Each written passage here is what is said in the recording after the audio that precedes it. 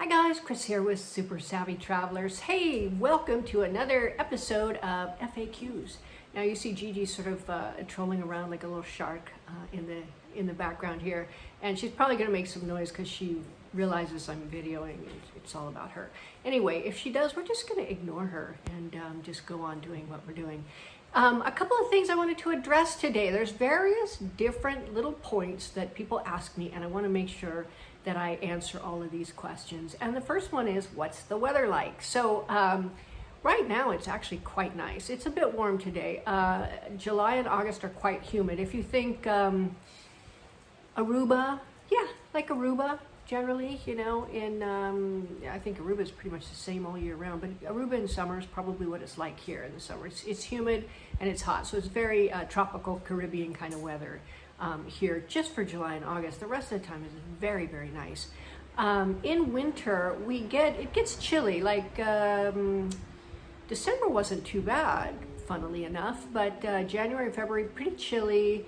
March was kind of chilly too. It gets down to in the 40s. It can even get down into the 30s, but it rarely ever snows and it doesn't stick on the ground. I think only once I've seen it actually snow. This was like 15, 20 years ago, where it stuck on the ground for the day.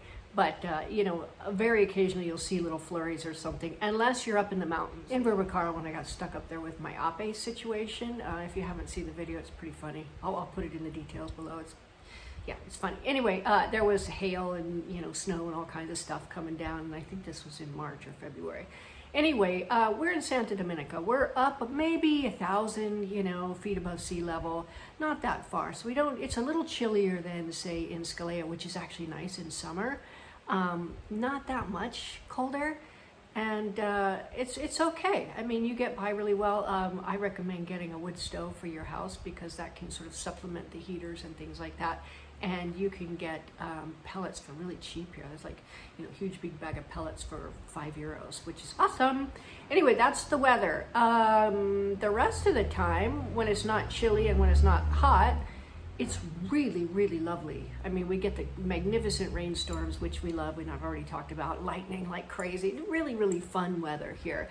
And occasionally the gully washer, which, you know, you have to definitely have your umbrella, but even then, just give it up because you're gonna get wet anyway. So that's the weather. It's actually very nice. It's like California, except in July and August when it's more like, not even Florida. It's not even as hot as Florida. Okay, the next thing is, what about a car? You have to be a resident to own a car here. You can look into long-term leasing, and that's kind of an idea, but you do have to be a resident. And car insurance, what do you pay for car insurance? Well, I have to say, they have sort of a funny car insurance situation here. After a few years of being here and being on the record with no accidents and things like that, your car insurance goes down. We have a Fiat 500 X or L, I can't remember which one it is, it's nice. And we're paying $800 a year for car insurance, which I think is pretty good. It's $400 every 6 months, not too bad. So definitely affordable. Okay, what about renovation costs? I think every time I take anybody through a renovation, I always have to go to Antonello and go, okay, più o meno, more or less, what is it going to cost to fix this up? And he always goes, it depends on the choices that you make. It depends on how high end you go. If you're going to do, you know, wood and metal steps, or if you're going to do, you know, marble steps. It depends on a lot of things. But a rule of thumb, I can give you some ideas here. So for example, let's say a room this size, which is like a normal size room here, if you need to do the solaio, which is the floor, like the floor in the other bedroom there is like really going down. In fact, I don't jump on it or anything like that because who knows what will happen. To redo a room this size, probably be about 8,000 to 10,000 euros. Okay, so we've got at least three rooms that we have to redo the solaio. So that's, you know, that's a good chunk of change, but we knew that going into this house, and we priced it accordingly. Balconies, rule of thumb for a medium-sized balcony, about 1,500 euros, more or less, più o meno. Stairs, I love the wood metal stairs that we had in our old house. They're so pretty, and they kind of have a nice open feel, and the wood is just so rich and beautiful, and they had done a finish on the metal part, which was just gorgeous. And so, you know, just one set of stairs going up one level is about 1,500 euros. So if you got two levels, that's 3,000. If you're taking down walls, that's a few hundred. You know, it's all done according to how much wall is being taken down. Obviously, you can't take down load-bearing walls. You have to put a hole in it and put up a header and that sort of thing, and you can only open it up so much. However, when you have these real thin interior walls that are just divider walls, you can take those out, and it's in the matter of hundreds of euros, not thousands at all. A new boiler for your hot water, that's about 1,500, pure meno. And a wood stove. Now you can have wood stoves, you can have pellet stoves, and you can have them do a lot of different things. If you just want a pellet stove for heating a room or a couple of rooms, you can get one for about 650 euros, and they're nice and they work well. You can also get a pellet stove, which we're going to do here, that can be used not only to heat your house, but also to heat all your water, your shower water, your sink water, and everything else, and the water through your radiators. So you can use it as a pellet stove to heat your house, or you can run the radiators through it and heat up all your water. Now, when you're looking at something like that for the whole house, like we're looking at, it's about 5,000 euros for a pellet stove like that. But I think that ultimately, you know, if natural gas stays expensive, I think it could pay for itself in very short order. Gigi agrees. Okay, another question I get a lot from people is how does the purchase process go? Is it like in America? What can we expect in that way? And the purchase process here is very, very simple. Really, basically what you do is you agree on a price, you negotiate back and forth with the buyer, you agree on the terms, then you do what's called a compromesso, which is a promise to buy and a promise to sell. And that is the seller's promising to sell you the property, and you're promising to buy the property, and the seller's making a few declarations that he has the right to do that, and there's no mortgages, blah, blah, blah, blah, blah. Anyway, that's the compromesso. That is accompanied by your deposit. Now, once you sign the compromesso, usually it has wording in it that says that the compromesso becomes valid as soon as the seller receives the deposit. So if he doesn't receive the deposit, it's not valid. He can still sell the house and you can still walk away, although that would be a pretty black eye, pretty rude thing to do, is walk away after you signed a compromesso. Anyway, included in the compromesso is generally wording that says if the seller reneges on the deal, he has to pay you double the deposit back. But if you renege on the deal, you lose your deposit. So either way, both the seller and the buyer have skin in the game, which is really a nice thing. Agree to it, they receive the deposit, they've got it, and everything's signed, and they back out for whatever reason, you get double your deposit money back. So that's a nice thing. After the compromesso, then all the checks are done. The notaio does his checks, and usually what has to happen is new cadastral plans have to be drawn up unless they're already done. In most of the cases here, we have to draw them up. So the seller pays for that. They also have to pay for an energy statement, which is a sheet of paper that says what energy category your house falls into. A lot of the ones here in the Centro Storico fall into category G. They need new windows. Some of them don't even have roofs. A lot of them are category G, which is the lowest category, and what you try to do is bump it up as many categories as you can. And in fact, some of the eco bonuses and things like that are dependent on you bumping it up so many categories. And that's a whole nother thing that maybe we'll address with Nick Meta at some point, the eco bonuses and the other bonuses that you might be able to apply for. Now, after that is all done, by agreement, you set the date of the act. Usually the buyer gets to choose the notaio. Now, the notaio is a very important guy, because if you don't use a notaio, who knows if it's even going to be your property? There will be no act. The notaio is the guy who's authorized to sign the act on your behalf and make sure everything's all checked out. You really understand what you're getting when you buy this property. In addition, he records it for you. So if you don't have a notaio, you don't know if it's been recorded. If it's not recorded, you don't own it. So if you are looking at buying a property, make sure you go through a notaio. Many times they will catch things, specifically Notaio de Santis here in Scalea. They've caught all kinds of things. For this house here, they caught that there was a lien. Another house over there, there was another lien. And the admin over there, Jana, is amazing. She just goes through with a fine-tooth comb, and she's caught all manner of things. And it made me so happy that we have her on our side as the notaio's admin, and the notaio himself is very good too. So we're super pleased with that, but definitely you've got to use a notaio. And what will happen is they usually just give you the keys right then. Right as soon as you sign the act, you take possession, you take your keys, and you run off and you do open your house and get it going. So that's pretty cool. Now, another question I have is, how does the renovation process go? Here with Antonello, I'll just address what I know, which is here with Antonello. So what we do is we go through the property. He talks about what you can do, gives you an imprecise estimate of what the renos will be, because it's a lot to go in and measure everything and give you an actual estimate that's going to be really, really precise before you own the property. So he does that. He goes, well, ballpark is going to be around this amount, and if you think that's okay, then you buy the house and you get started on the renovations. Depending on if there's structural stuff that has to be done and addressed, roofs, seismic restructuring, headers, I think, and new solayos, like our house here, solayo meaning the floor / ceiling between the levels, those have to go to Casenza. And Casenza has to approve them, so the process takes a little bit longer.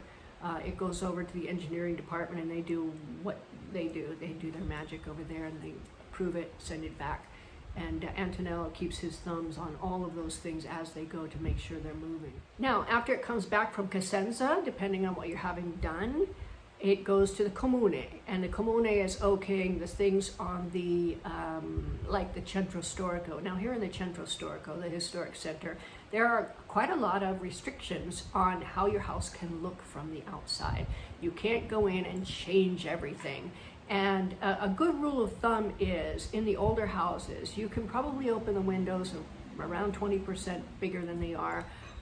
Balcony doors 20% bigger than they are, and that kind of thing. But you can't be putting in new windows, and you can't be extending roof lines and things like that.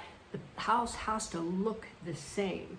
Now, one of the cool things is they have a way of making a roof terrace, and when you look at it from the front, it still looks like there's a roof there, because they put like a little half roof there, and then you have this terrace and then the rest of the roof. So when you're looking up from below, it just looks like a regular roof. So that's very cool. So you can have roof terrace on most of the houses here, depending on the circumstance. I won't say all of them, but certainly many of them you can put roof terraces on. Now, the thing about roof terraces, I think back in the 70s, they didn't really have a limit as to how much roof terrace you could have. And there are some that are the whole roof. And boy, if you get a house like that, that's pretty awesome, because they're grandfathered in. However, now you can use like 30% of the roof area as a roof terrace. So if you have the whole upstairs area, you could have a massive roof terrace, like what we had in our old house. We had bought the ruin next door, and we had them all fused as a property, and we were able to have a massive roof terrace. And up here, we can do as big as we want, because technically this house is not in the historic center. It's just right outside the historic center, and we can look up and see the historic center and walk into it and everything else, but we're outside. I can put windows on every wall. I can make it look like a rash full of windows on the outside if I want to. Not that I will, but we could do that. And we can put up a massive roof terrace and put up solar panels and all that stuff. Another thing, solar panels you can't do in this historic center. I don't know about other historic centers, but this one you can't do it. You have to be outside of the historic center in order to have solar panels. Yeah, so there's a lot to know about the historic center, and that's where Antonello comes in. Antonello's our beautiful architect. He knows everything. He knows everything structurally. He knows everything aesthetically. He knows all the rules and all the ins and outs. And I'm going to put in a plug right now, because Antonello and Pete and I are working on a course for people who are buying and renovating property in Italy. Italian Architecture and Renovation Master Course with Master Architect Antonello Lucchesi. Now, Antonello studied in Florence. After he did his regular school and then his geometric school, he studied in Florence for 7 years. And Florence, as you know, has spectacular architecture. And then he said, well, I could have stayed in Florence and been, one of many architects, or I could come back here and be the architect. And we're so glad he came back here, because his first thing that he did, one of his projects for his, master's thesis or whatever to be an architect, was to recreate a perfect program for our church. And he created the whole thing, all the drawings, all the measurements, everything. And then for 10 years, he volunteered his time and redid the entire interior of the church, and I have to tell you, it is spectacular. It's so beautifully blended. All of the pieces are in harmony with the other pieces. You know, some of these churches you kind of, you know, you go, oh, that's weird. Oh, okay, that's a little too much. No, this one's just, it's just a beautiful, everywhere you look, it's just super smoothly artistic and aesthetic. There's nothing that makes you go, ooh, okay, well, nothing like that. It's wonderful. And as you walk through the village here, you see all of his works of art. And if you go back to our 400-year-old house renovation project, that was him and Salvatore. He's obviously hugely brilliant, and we're so happy and lucky to have him as part of our team here in Santa Domenica Talao. So yeah, so those are the FAQs. It is the end of August. I was just down in Scalea, and happily the tourists are leaving. Not that I dislike tourists, I love them because they stay in our B&Bs, but whew, it was a bit of a zoo down there for the whole month of August. And now what happens is everybody goes home, and our Riviera di Cedri returns back to us. We all take a huge deep breath, and we all restock and put everything away, get ready for, you know, winter, where we all just kind of hang out and have fun. So it's a lovely time. September here is beautiful. We do have a lot of people coming, so I'm going to be super busy in an exciting and fun way. But September here is really, really cool. It's beautiful. The weather is cooler. You start seeing some olives starting to grow. The fruits and vegetables change, and it sort of transitions to a winter sort of menu here, especially at the Bella Vista. One of my favorite things, and I just remembered this, is her pumpkin raviolis that she makes. Oh my gosh, I can't wait. So that's coming up probably in another few weeks. She's going to start rolling those out. So we have a lot to look forward to. We have fall festivals, we have great weather, the beaches come back to us, the restaurants are still open down there. We can go out and have fun and really enjoy our beautiful Riviera di Cedri. So I'm looking forward to meeting all you guys, because a lot of you are coming over in September and October. November, we're heading back to the States for the holidays. And yeah, I think we'll be back maybe mid-March. I don't know, maybe before that. We'll see. We'll see how things are going and how urgent it is for me to be here. Chances are we'll come back a little earlier than that. In any case, it's been a wild, crazy, wonderful summer, and Pete should be back in the next day or two, which I'm so excited about. And we look forward to seeing you guys here as soon as you can make it. Take care, you guys.